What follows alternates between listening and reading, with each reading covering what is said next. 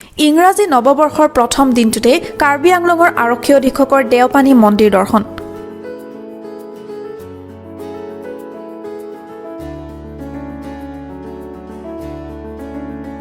আজি ইংৰাজী নতুন বছৰৰ প্ৰথম দিন। আজি প্ৰথম দিনটোতে কাৰ্বি আংলঙৰ আৰক্ষী অধীক্ষকে দেওপানী মন্দিৰ দৰ্শন কৰিবলৈ আহে। লগতে তেওঁ কাৰ্বি আংলঙৰ সকলো ৰাইজৰ কুশল কামনা কৰে। তেওঁ কয় যে 2020 বৰ্ষটো এটা উত্থান পতনৰ বছৰ, গতিকে এই নতুন বছৰটো সকলো ৰাইজৰ মংগল কামনা কৰে। আপুনি বৰ্তমান আজি 2021 বৰ্ষৰ পহিলা দিনটোতে আপুনি দেওপানী মন্দিৰত উপস্থিত হৈছে আৰু দেওপানী মন্দিৰত উপস্থিত হৈ আপুনি কাৰ্বি আংলং জিলাবাসী তথা অসমবাসীক কি শুভেচ্ছা বাণী জনাব অকণমান জনাওকচোন। বিশেষকৈ খুব উত্থান পতনেৰে ভৰা এটা বছৰ 2020 চন পাৰ হৈ গ'ল। এইটোৱেই আশা কৰোঁ যে 2021ত 2021 চনত সকলোৰে যাতে মংগল হয়, তাকে আমিও এবাৰ দেওপানী মাৰ ওচৰত নমস্কাৰ কৰিবলৈ আহিলোঁ।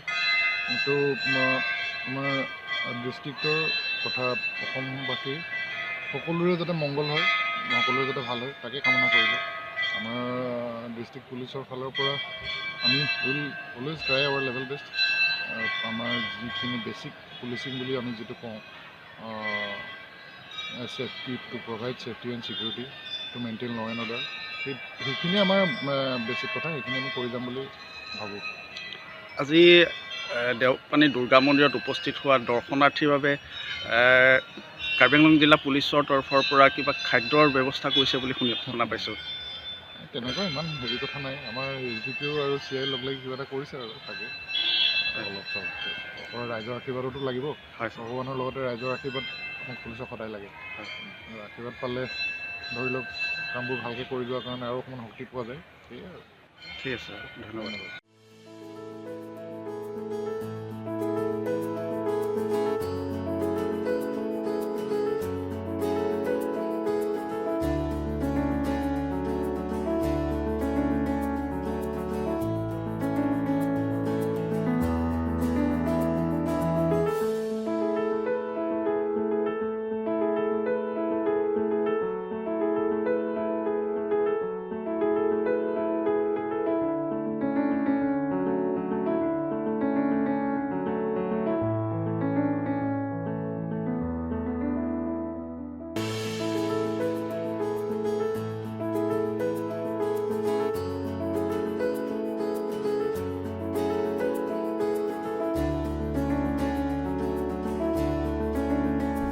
বোকাজানৰ পৰা ৰিপুঞ্জল মহন্তৰ ৰিপৰ্ট, অসম টুডে।